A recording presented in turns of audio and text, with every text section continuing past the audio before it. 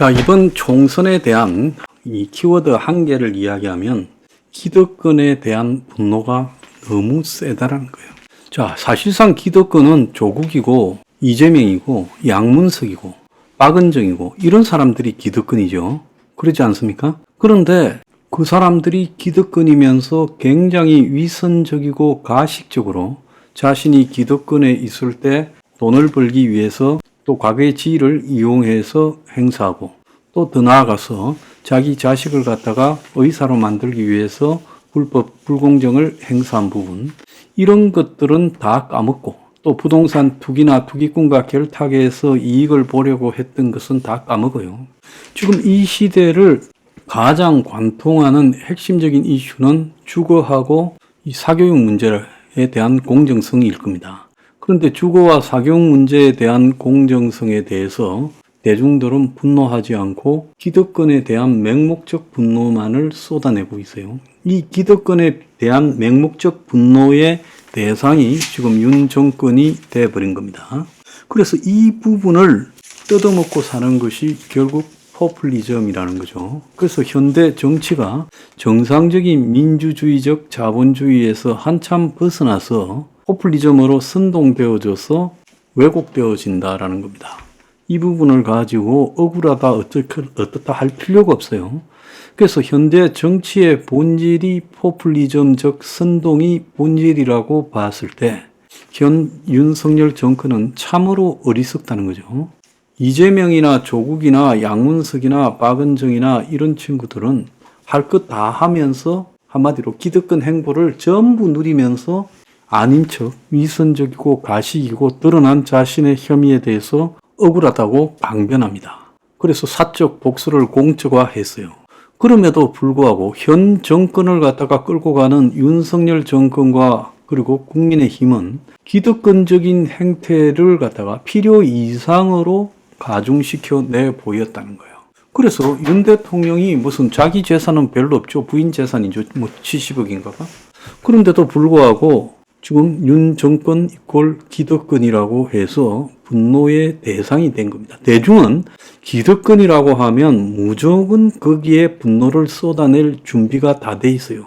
과거에는 40대, 50대가 이런 언밸런스한 자신들이 기득권으로서 누리면서 기득권을 비난해 왔는데 이제는 40대, 50대를 넘어서서 20대까지도 이런 데 가세하고 있어요.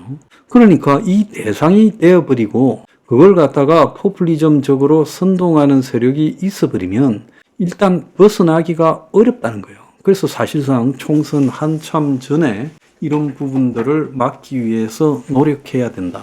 그래서 서민적인 포퓰리즘으로서 무장해야 된다라고 했는데 그런 말을 귀담아 듣지도 않고 그야말로 팽개쳤죠. 저보고요. 무슨 어느 한쪽에 서라니 왜 여권 편을 일방적으로 안 드느냐니 이런 헛소리를 하는 사람이 있는데 제가 당하고 겪어온 거를 갖다가 이렇게 객관적으로 바라본다면 지금 제가 하는 행동은 그리고 제 하는 논평은 굉장히 객관적이고 드라이하고 공정하다는 것을 알아야 됩니다.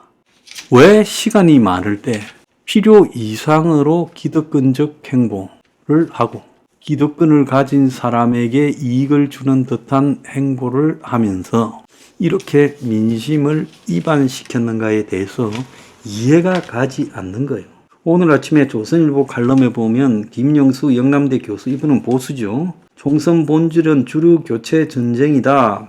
48년 건국 이념은 자유민주주의고 87년 민주화는 산업화 민주화 세력의 타협이다. 야합이 아니라 국민의 위대한 선택이라 하지만은 야당은 이를 부정하면서 대한민국 역사를 실패로 부정을 하고 있다. 지금 이대로면 큰 국가 혼란이 우려되는데 나라가 걱정하면서 모든 유권자가 투표해라. 이렇게 말하는데요. 이분이 말을 하거나 보수 언론이 아무리 이렇게 말을 해도 이런 것들이 별로 먹혀들지 않을 거라는 거죠. 왜? 기존의 보수의 그 고령층 투표율 60대 이상은 상당히 높아요. 그렇기 때문에 이게 더 높아지기가 현대 민주주의 투표에서 어렵다는 겁니다. 높을 만큼 높아져 있다는 거예요.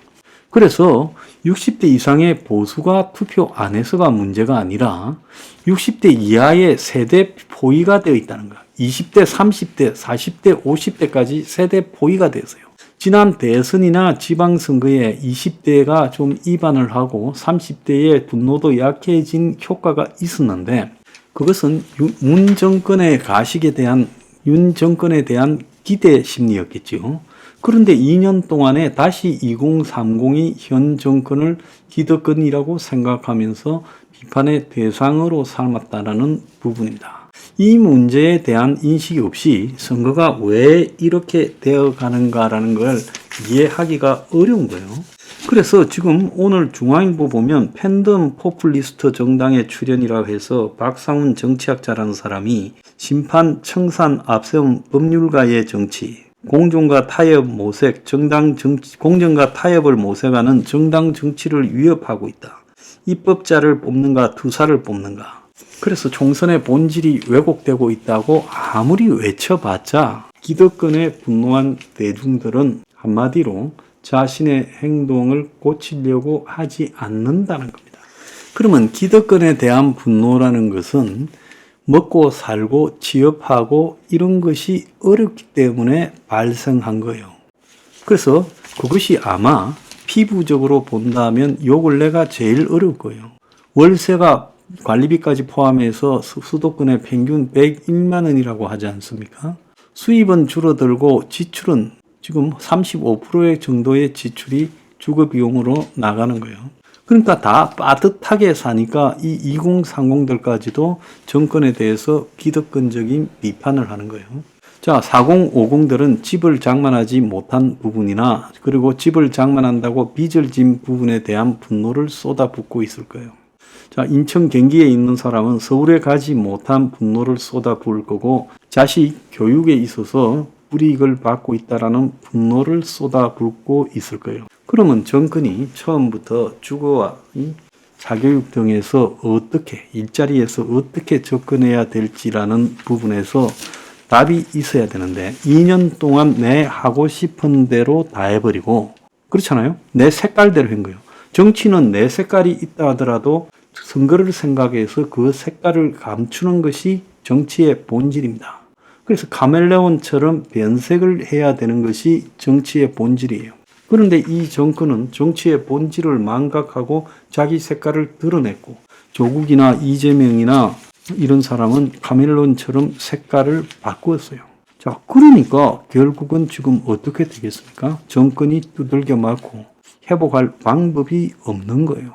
그래서 이런 식의 이 선거에 대한 암울함은요, 기득권적으로 자신을 드러내지 못해서 안달했던 결과라는 겁니다. 그럼 왜 이렇게 됐느냐? 저렇게 가는 동안에 정권 내부에서 아니라고 말해야 되는데 그렇게 말할 수 있는 어떤 제어 장치도 없이 그냥 내 하고 싶은 대로 다 한 거예요. 내 하고 싶은 대로 다 하고 나면 나중에 평가를 받아요. 그러니까 2년 동안에 선거 때 보자고 악이 받쳐서 굳어졌다는 거예요.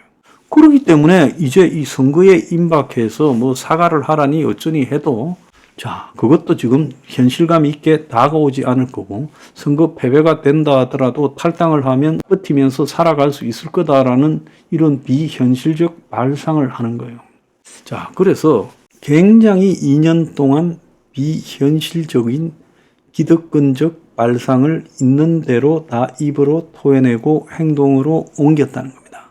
그러니까 지금 이 시대가 기득권이 한 10% 미만으로 압축되고 90%가 반기득권, 서민화되어 있는 상황에서 투표를 하자라고 하면 기득권에 대한 보복 투표를 할 수밖에 없다라는 거예요.